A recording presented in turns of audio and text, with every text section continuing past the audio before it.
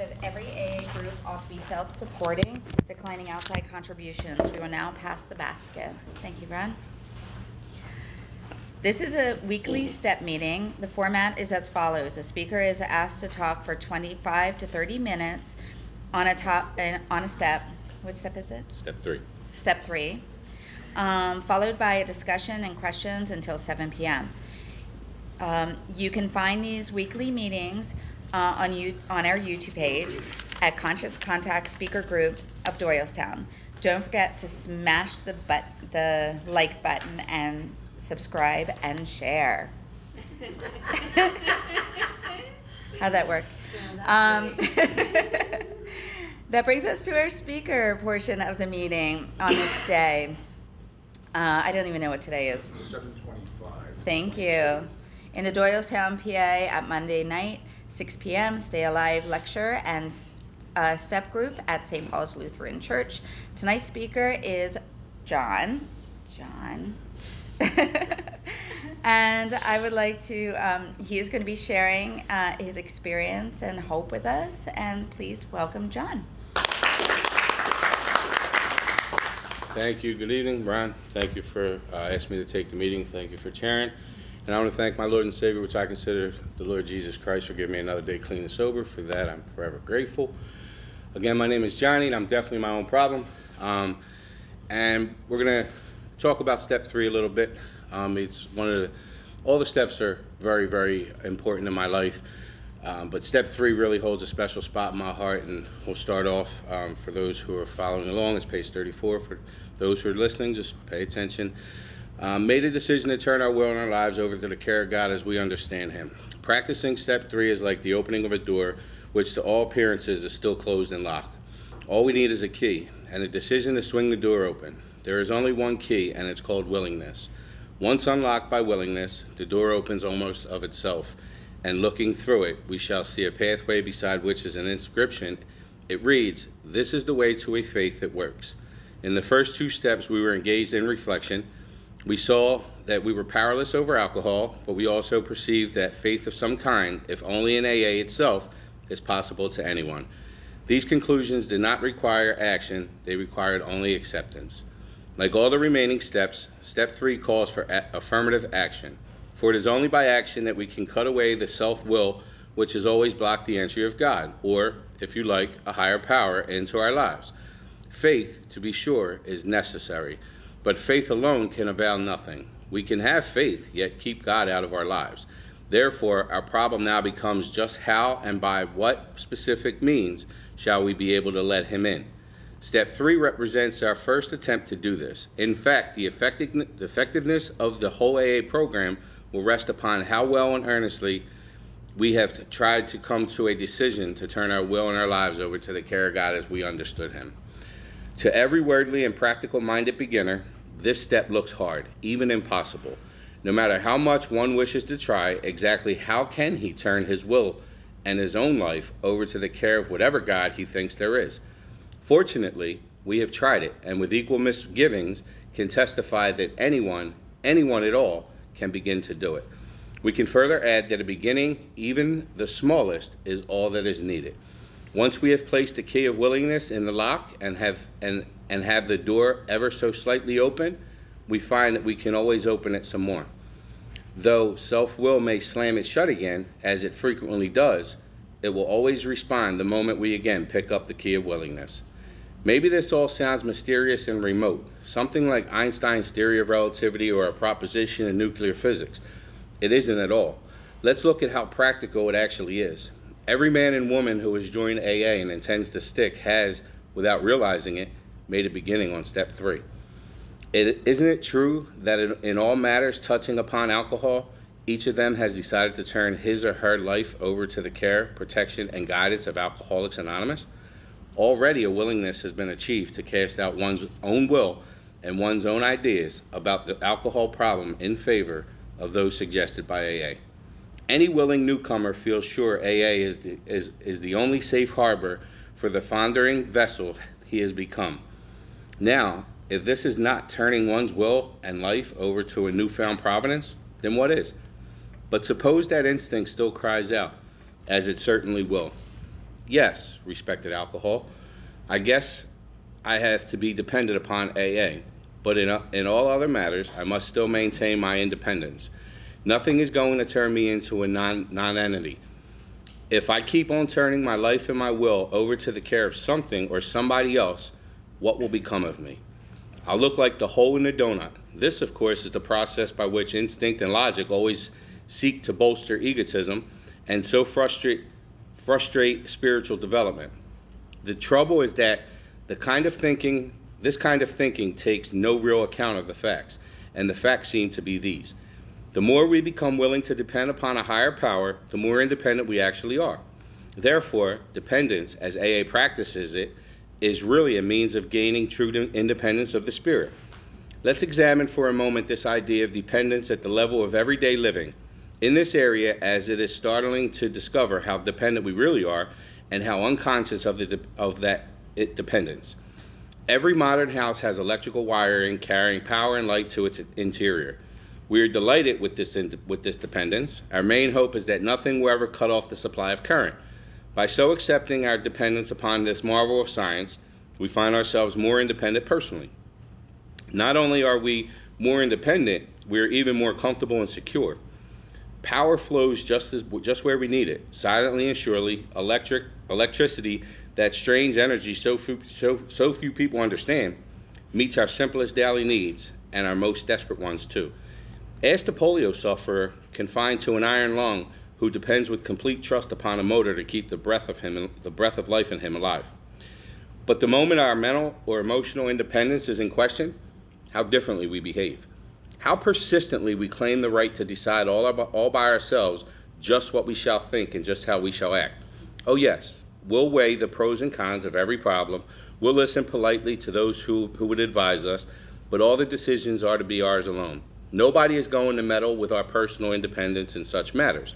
Besides, we think there is no one who we can surely trust.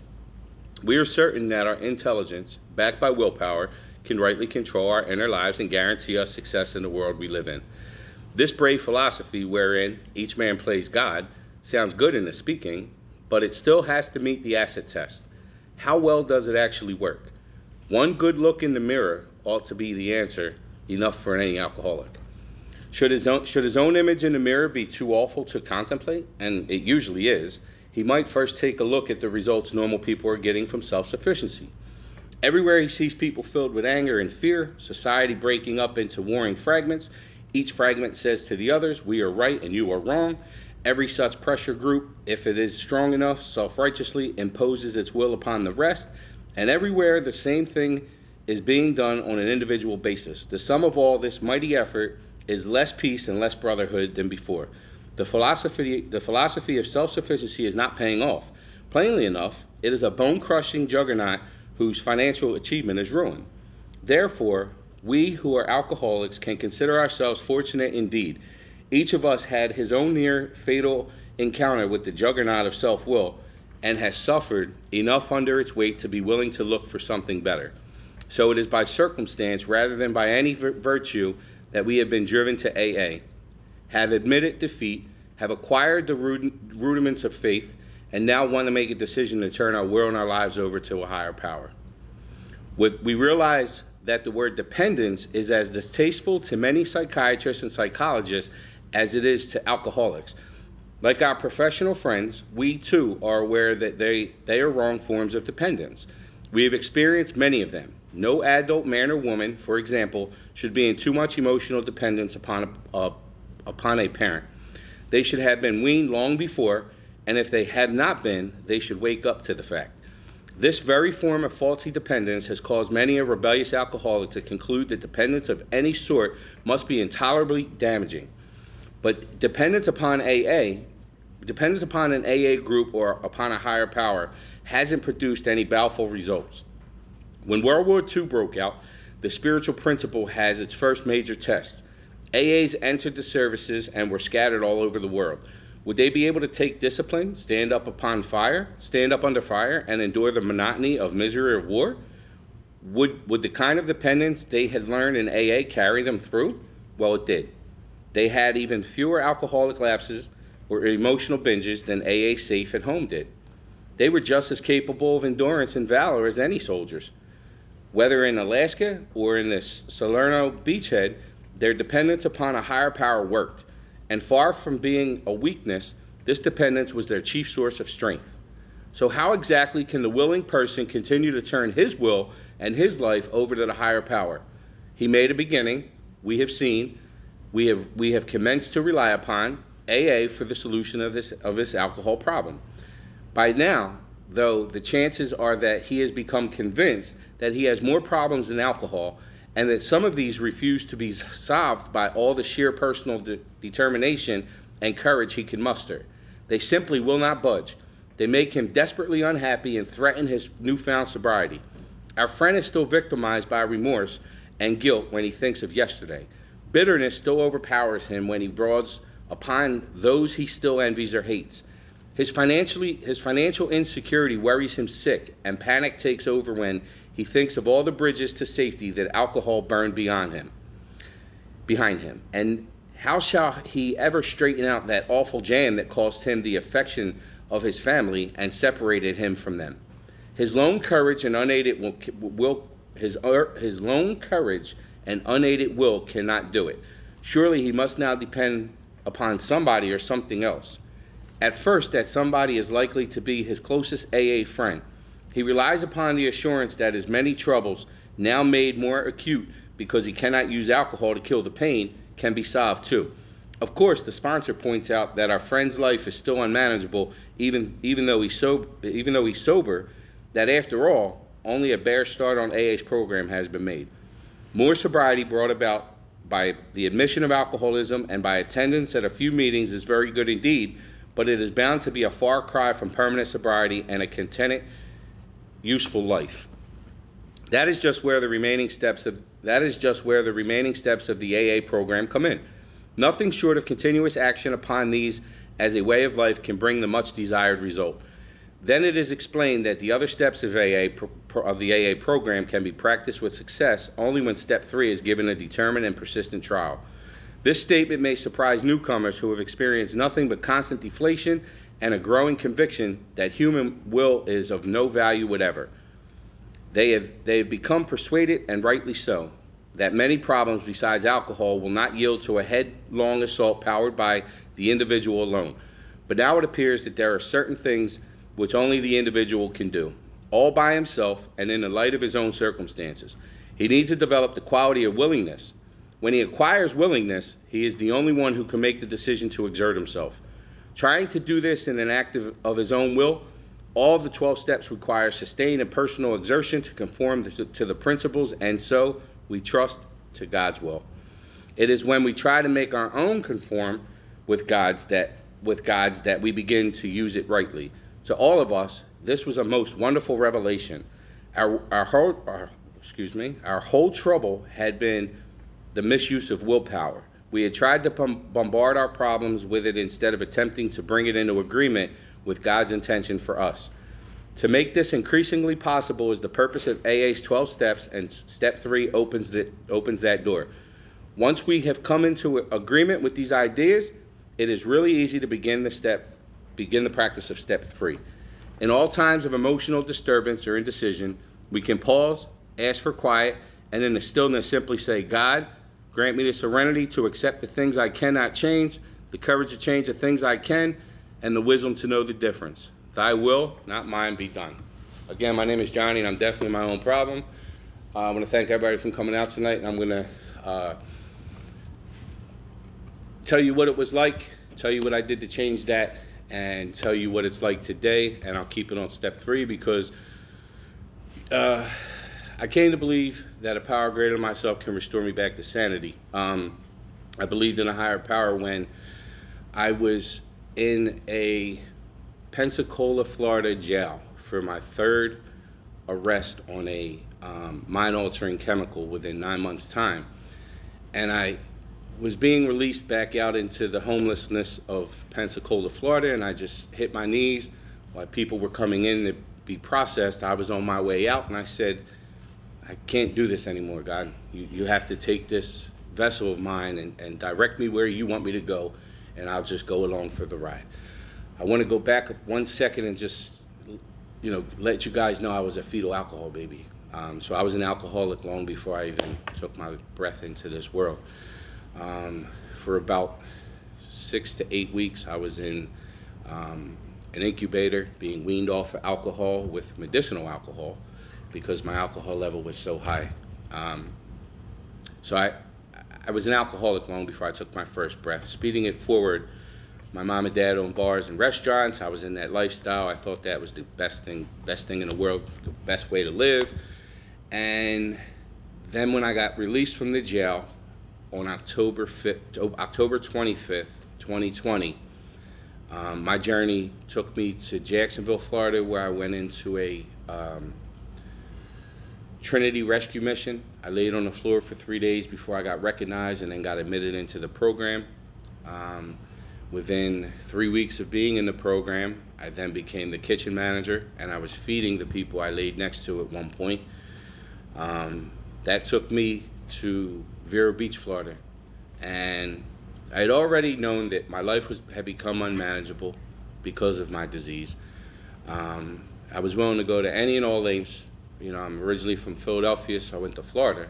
I was willing to go to any and all lengths just to seek sobriety, just to live normally, because before I got sober, I just existed. I was just a mere existence. I do have 2 biological kids and a 21-year-old stepdaughter. My biological daughter, my 21-year-old stepdaughter, want nothing to do with me, although my baby son, who will be 18 in a couple weeks, is in my everyday life. I actually took him today to get his hair cut. So I go out to Vero Beach, Florida, and I had already worked the first 2 steps, and then I got linked up with a pastor by the name of Wayne, who I found out from talking to him and him becoming my sponsor. He was from Philadelphia, and his wife is a cousin to my aunt. Knew none of that going down there. He walked me through my steps, and I got baptized. I got baptized on December 12th, 2020, 2 days after my mom's death date, 2 days before my mom's birth date. And that's when my life began. When I finally turned my will and my life over to the care of God as I understand Him, and I said, this is it. I'm no longer trying to entertain the devil in any way, shape, or form. I am all yours. I am to do whatever it is you need me to do at any given time of the day or night. And I got baptized in the Atlantic Ocean, and my life began. My pastor, who I said was my sponsor at the time, had said, are you ready to do this? And I said, yeah. He said, no. Are you really ready to do this? I mean, we talked a lot of times, and you said the devil comes at you. Are you ready? I said, yeah. He said, John, the devil's going to come at you 1,000 times more. I promise you. Are you ready? I said, yep. And he dipped me in. It was amazing. I'm getting gout bumps. It's not even cold in here. And just talking about it, I get emotional. And I really have a life that I live today beyond my wildest dreams. And it's all because of God. I wear the Serenity Prayer around my neck. I use this for multiple reasons. My fiance is part of the reason why I go to this a lot. I go to this and say, help me accept the things I cannot change, Lord, please. She's also one of us. She has a week more sober than me. I've known her for 23 years. Through our ins and outs and our disease of addiction, God said, no way. We got engaged on a Vero Beach in Florida. We got engaged on Vero Beach, Florida, Valentine's Day of last year. We're now getting married September 10th of this year in Vero Beach, Florida, the same place we got engaged. To my fiance over there. Those are my 2 stepsons who've never seen me drink or drug, and never will. I also took them today with their older stepbrother to get their haircuts. And when I say I'm now living, I'm living. I'm living a life. I rushed up here after picking my wife up from my fiance. I do wear a ring because it's just out of respect. It's out of respect to, I don't want any inconvenience. I don't want anybody trying to say, hey, you look good, you smoke good, you this, you that. No, I'm married. But I will be married September 17th. I picked her up from her new job. She started a new job today. I said, come on, I have a commitment that I have to make because I was told by my sponsor, you never say no to AA because AA will never say no to you. Ron is part of my Morning Texas. This stemmed from months ago. My first time meeting Ron in person. He said, "Hey, you want to share tonight? You want to speak tonight at my meeting?" I said, "Yeah, sure." And it's only by God's grace and mercy that I'm able to share with you guys 21 months of continuous sobriety today. Now that clap is all well and good, but that's a clap for you guys. I can't do this alone. I just told you my story, what it was like, what I did to change it. And if I do anything with regards to recovery in life alone, I destroy everything. I destroy everybody. I'm down Kensington doing things that I shouldn't be doing as God's son, and it's bad. So that clap was for you guys. Because without you guys, without the rooms of AA, without the 12 steps, without my beautiful fiance, and without my higher power, which I consider to call the Lord Jesus Christ, I don't get 21 months sober. So you have to come to an understanding that there's a higher power, because when us as addicts decide we got this, we can do this on our own. We don't need anybody. We don't need friends. We don't need the books. It's total devastation. It's the devil coming at you saying, "It's okay, come on and dance with me a little more," and then before you know it, it's total devastation. So if you're new to the program, I'm a firm believer that the best part of the meeting, the most important part of the meeting, is to listen to you guys. We all got stories. I told you what it was like. I showed up today to give you guys my experience, strength, and hope. I think I'm doing pretty good for myself. I want to hear what you guys have to say. If you're new to the program, keep coming back, because everybody sitting in these seats are miracles. I know I got to make meetings on a regular basis, because I know if I go to a meeting for an hour, I'm getting an hour more sober, and I know that everybody in that room is getting an hour sober with me. So keep coming back. It works. And my name's John, and I thank you for listening to me share. This is your part of the meeting. Please limit your sharing to 3 minutes. Please keep your shares to the related subject. If you feel like a drink or had a drink today, please speak to me or someone else after the meeting. We ask that you please refrain from the use of profanity. We are in a church and on spiritual journey. Okay, now we're open, and I'll let you call on people, please.